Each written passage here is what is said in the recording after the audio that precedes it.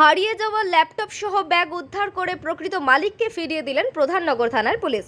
জানা গিয়েছে, বুধবার সকালে এনজিপি থানার বাসিন্দা এক ব্যক্তি ঝংকার মোড় ফ্লাইওভার হয়ে তুম্বাজোতের রাস্তা দিয়ে মাটি গাড়ায় তার কর্মস্থলে যাচ্ছিলেন। সেই সময় তার ল্যাপটপ সহ ব্যাগটি স্কুটি থেকে খোয়া যায়। ঘটনার পর মাটিগাড়া থানায় পৌঁছায় ব্যক্তি। ল্যাপটপের সমস্ত নথি নিয়ে গিয়ে অভিযোগ দায়ের করতে বলা হয় তাকে। আজ সেই সমস্ত নথি নিয়ে মাটিগাড়া থানায় যাওয়ার কথা ছিল তার, কিন্তু গতকাল রাতেই প্রধাননগর থানার পুলিশ তাকে ফোন করে জানান ল্যাপটপ ব্যাগটি উদ্ধার হয়েছে। এরপর আজ সকালে থানায় পৌঁছান ব্যক্তি।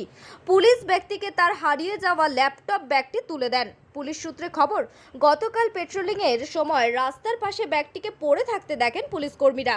এরপরই ব্যাগটিকে উদ্ধার করেন তারা। এদিকে হারিয়ে যাওয়া ল্যাপটপটি ফিরে পেয়ে খুশি হন ব্যক্তি। পুলিশকে ধন্যবাদ জানান তিনি।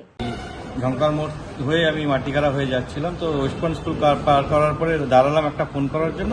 তখন দেখি ব্যাগটা নেই। তারপর থেকে খুঁজছি পাইনি। তারপরে মাটিগাড়া থানায়ও গেছিলাম ডায়েরি করতে। তো বিল টিল লাগবে বললো, তো বিল তখন আমার কাছে ছিল না বলে তখন আর ডায়েরি করা হয়নি। সেটা আজকে করার প্রসেস ছিল। বিল টিল সব বের করে নিয়েছিলাম। আজকে কি ফোন আসলো প্রধাননগর থানা থেকে? আমার কালকে রাত্রেই ফোন এসেছিল।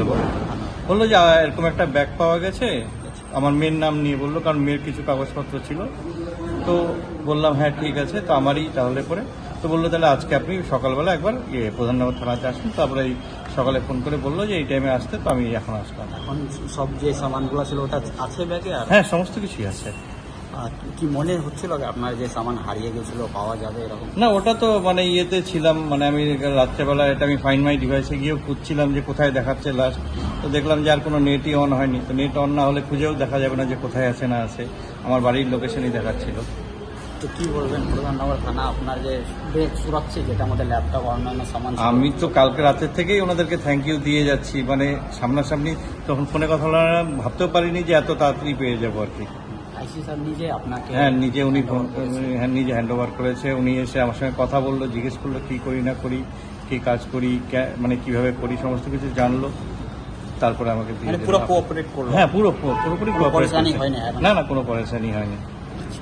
আপনার নাম? রণদীপ সাহা, স্যার কোথায় বাড়ি এনজিপি।